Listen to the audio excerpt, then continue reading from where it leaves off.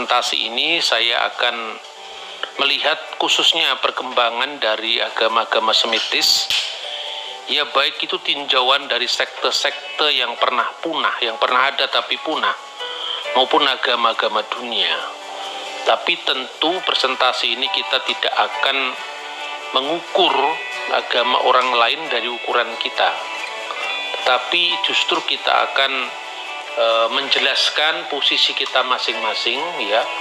Tetapi orang-orang Kristiani tentu tidak akan kehilangan jati diri imannya mengenai siapakah Kristus. Nah, kita akan mulai dari sejarah gereja yang paling awal. Saudara-saudara, ketika melihat megahnya bait suci di Yerusalem, Kristus di dalam Injil Markus pasal 13 mengatakan begini, "Kau lihat gedung-gedung yang hebat ini, tidak satu batu pun dibiarkan terletak di atas batu yang lain, semuanya akan diruntuhkan." Dan apa yang dikatakan Kristus, dinubuatkan Kristus itu benar-benar terjadi pada tanggal 5 bulan Agustus tahun 70 Masehi, yang bertepatan dengan kalender Yahudi tanggal 9 bulan Ab. Ketika itu bait suci dihancurkan oleh Jenderal Titus, dan akhirnya habislah riwayat dari bait suci kedua yang dikenal dengan Beit Hamikdas dalam bahasa Ibrani dan diterjemahkan dalam bahasa Arab Baitul Maqdis, sampai kemudian nanti tidak mampu dibangun lagi sampai hari ini. Dan di atas salah satu tempat yang paling suci dari bait suci itulah yang kemudian sejak tahun 692 didirikan Masjid Qubatus Sokroh hingga kini, yang dikenal dengan Masjid Dome of the Rock, tembok barat, ya, Hakotel Hama'arifi, yang di dalam bahasa Indonesia sering dikenal sebagai tembok barat atau lebih populer dengan tembok ratapan.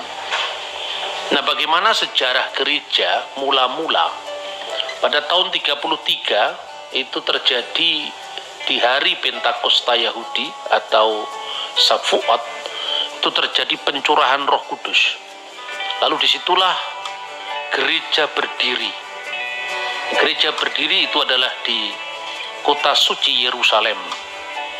Dan setelah pencurahan Roh Kudus itu, yang menjadi uskup Yerusalem adalah Yakobus, saudara Tuhan, atau Yakobus saudara Kristus. Nah, sehingga pada saat itu orang-orang Kristen yang ada di Yerusalem itu di dalam Kisah Rasul pasal 24 ayat 5 dikenal sebagai orang-orang Nosrim. Nosrim itu diterjemahkan dalam bahasa Indonesia Nasrani. Maka Rasul Paulus pernah disebut pemimpin dari sekte Nasrani.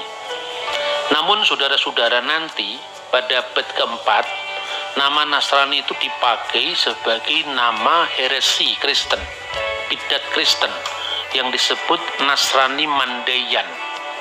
Dan karena itu sejak saat itu orang-orang Kristen tidak mau lagi memakai nama Nasrani, karena nama itu distigmakan sangat negatif, ya, yang artinya pengikut sekte dari abad keempat yang dikenal Nasrani Mandaean.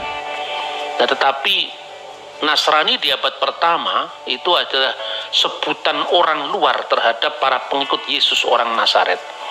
Dari tahun 33 sampai tahun 62 itu terjadi banyak pertobatan di kalangan orang-orang Farisi. Salah satunya adalah pembelaan dari Rasul Yakobus atas penyalahgunaan persembahan oleh imam besar Ananus bin Ananus. Itu adalah dari kelompok Saduki. Dan akhirnya karena pembelaannya terhadap orang-orang miskin atau jemaat miskin di Yerusalem itu, kemudian Rasul Yakobus saudara Tuhan itu dihukum mati tanpa melalui proses peradilan yang adil. Dan itu dicatat dalam buku sejarawan Yahudi yang bernama Flavius Josephus yang menulis pada tahun 90 Masehi. Nah, itulah awal dari gereja mula-mula di Yerusalem. Tetapi kemudian masih di zaman para rasul itu gereja menyebar ke seluruh dunia, Yang pertama, gereja menyebar di Antioquia, Syria, atau sekarang ini dikenal dengan gereja Syriak Ortodoks.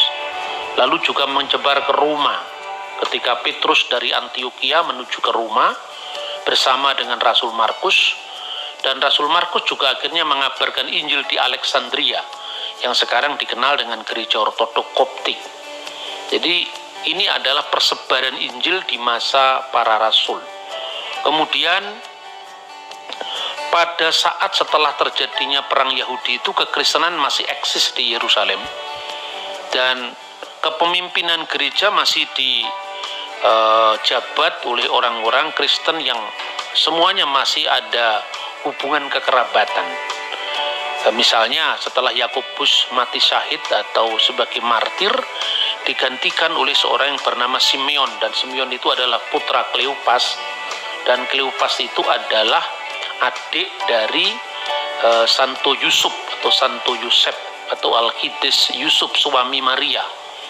Jadi sebetulnya Yakobus itu bukan saudara kandung Kristus, bukan, tetapi itu adalah anak dari Kleopas, dan Kleopas itu adalah adiknya Santo Yusuf. Dan itu jelas sekali di dalam kitab Injil. Misalnya di dalam Injil Yohanes, ketika Yesus disalibkan, berdiri di bawah salib itu adalah Maria, ibu Yesus, lalu Maria saudara ibunya, istri Kleopas, dan Maria Magdalena. Kemudian digantikan oleh Justus dan seterusnya sampai terjadi perang Yahudi kedua, yaitu di bawah pimpinan Yudah atau Yehuda tahun 134 ya.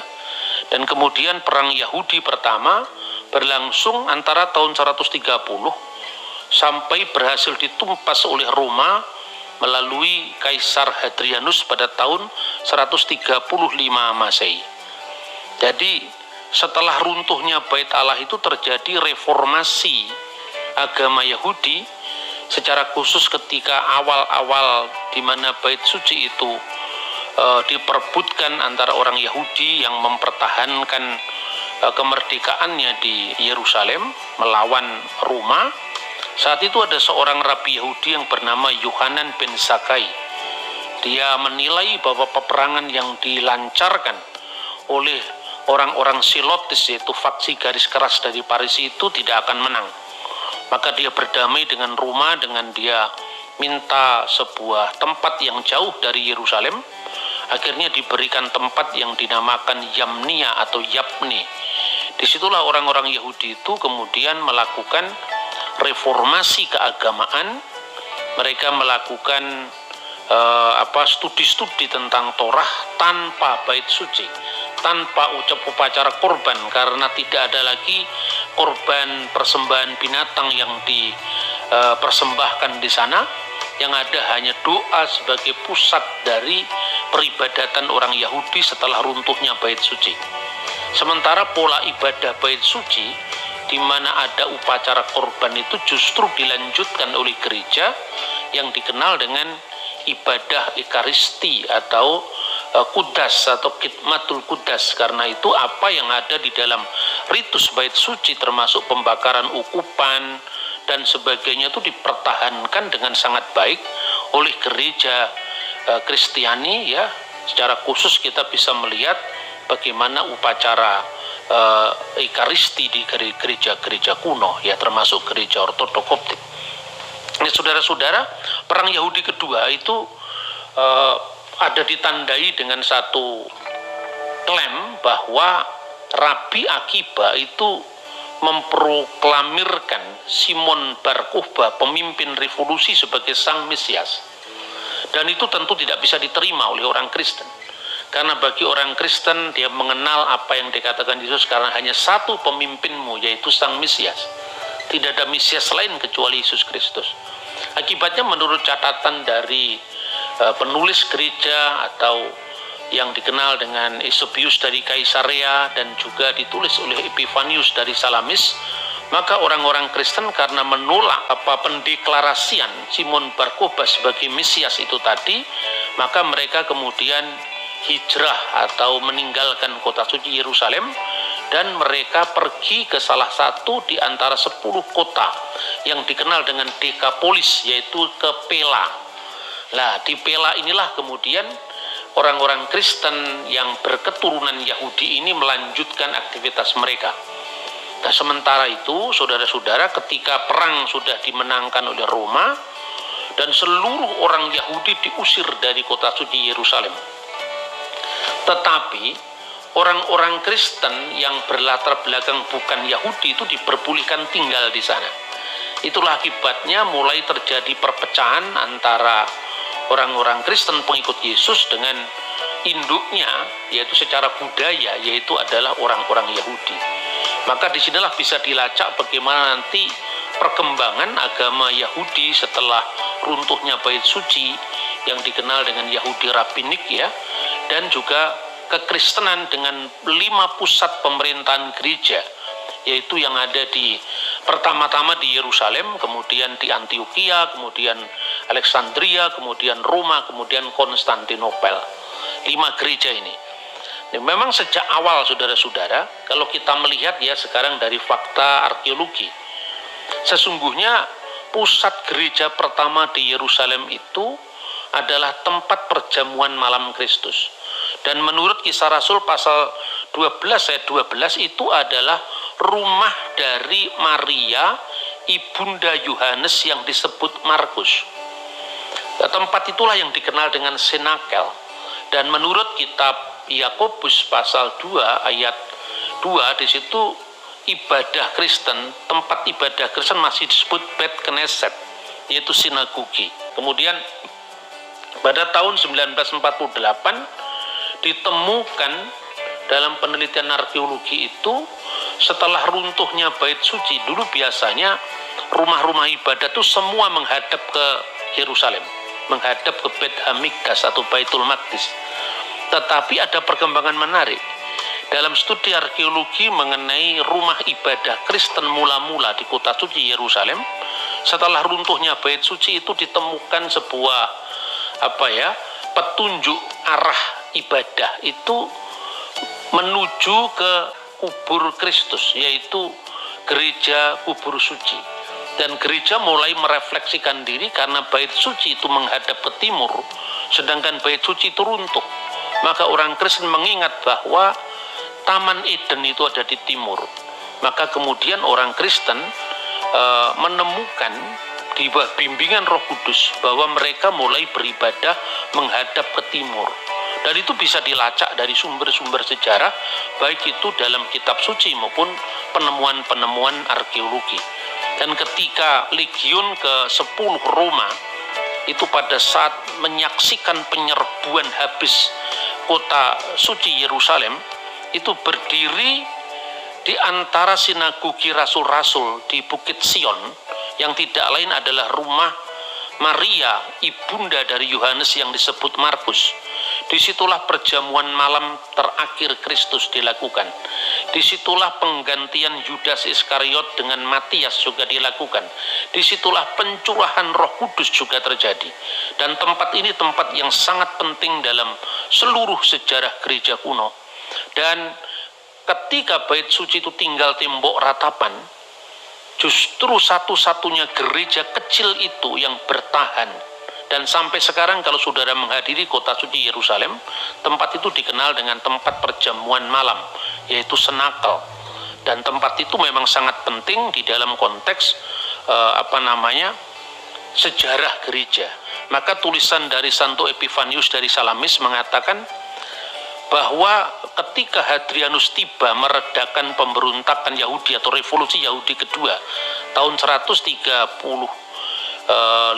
ya, tahun 130-an dimulai dan 135 itu tuntas, Yerusalem sedang porak-poranda kecuali beberapa rumah dan rumah Tuhan yang kecil yang berada di Senakel, di mana para rasul sering pergi ke ruang itu. Penemuan yang sangat penting. Maka kemudian setelah berkembangnya gereja Kristen di luar Yerusalem, Alkitab sendiri mencatat ada rasul bagi orang-orang yang bersunat, yang tidak lain itu adalah Yakobus, dan rasul bagi orang-orang yang tidak bersunat, baik itu orang yang aslinya memang bukan beragama Yahudi tapi masih beragama pagan, maupun diaspora Yahudi. artinya orang Yahudi yang tinggal di perantauan.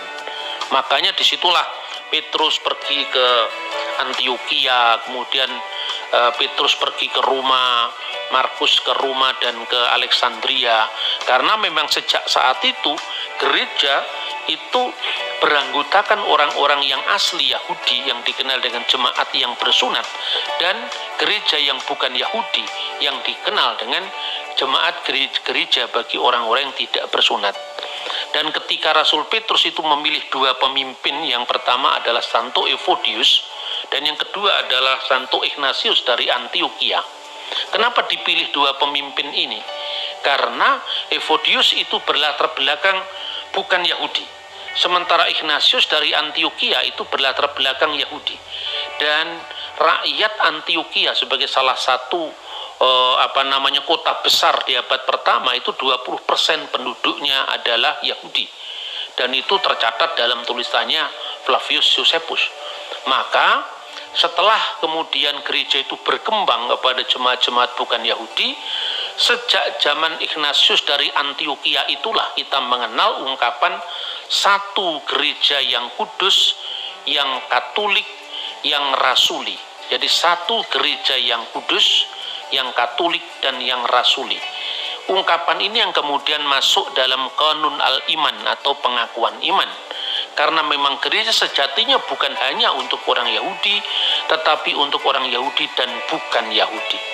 Nah, saudara-saudara yang terkasih, dengan demikian jelas sekali ketika terjadi pemaksaan yang dilakukan oleh orang-orang Farisi yang sudah menjadi percaya, yang disebutkan di dalam Kisah Para Rasul, bahwa orang-orang Kristen yang bukan Yahudi diharuskan untuk mengikuti hukum Musa, itu melampaui daripada apa yang tertulis dalam kitab suci Perjanjian Lama sendiri. Karena memang itu dilatar belakangi oleh misionarisme kaum Farisi yang waktu itu sebelum zaman Kristus. Itu mereka ingin menjadikan orang-orang bukan Yahudi menjadi proselyt. Dan sekte-sekte Yahudi itu sebetulnya berkembang pada masa dinasti Makabi. Jadi dinasti Makabi itu Anda bisa membaca di dalam satu kitab, ya, kitab 1 dan 2 Makabi. Karena waktu itu ada persaingan antara orang Saduki dan orang Farisi. Ketika elit kekuasaan dikuasai, the ruling class itu dikuasai oleh orang Saduki, maka orang Farisi justru aktif untuk meyahudikan orang-orang bukan Yahudi. Dan kemungkinan besar keluarga Herodes Agung yang asalnya orang Edom itu menjadi orang Yahudi karena misi orang Farisi ini. Karena itu Yesus mengatakan di dalam Injil Matius pasal 23:15, "Celakalah engkau wahai ahli Taurat dan orang-orang Farisi, engkau mengarungi lautan dan menjelajahi daratan untuk menubatkan satu orang dalam agamamu. Tapi setelah itu kamu jadikan dia orang neraka yang lebih jahat daripada kamu." Rupanya semangat proselitisme nominal ini yang dibawa oleh orang Farisi ketika mereka masuk Kristen dan menjadikan orang-orang bukan Yahudi harus menuruti hukum Musa. Padahal di dalam dokumen-dokumen Yahudi pra-Kristen, misalnya Sefer Hayuvelim yang ditemukan abad ketiga sebelum Masehi asalnya, bagi orang bukan Yahudi tidak berlaku misvot Mose, yang berlaku adalah misvot Beni Noah. Nah, itulah awal kenapa kemudian di dalam Kisah Para Rasul itu nyaris terjadi perpecahan gereja ketika orang-orang Farisi yang menjadi Kristen itu ingin memaksakan hukum Musa. Dan kemudian para rasul memutuskan atas putusan Roh Kudus dan putusan kami, maka orang-orang itu harus menjauhkan diri dari makanan yang dipersembahkan kepada berhala, dari darah, dari daging binatang yang mati dicekik, dan dari percabulan. Jikalau kamu memelihara diri dari hal-hal ini, kamu berbuat baik. Sekianlah selamat. Kisah Rasul pasal 15 ayat 29. Dan sejak saat itu gereja satu dan tidak terpecah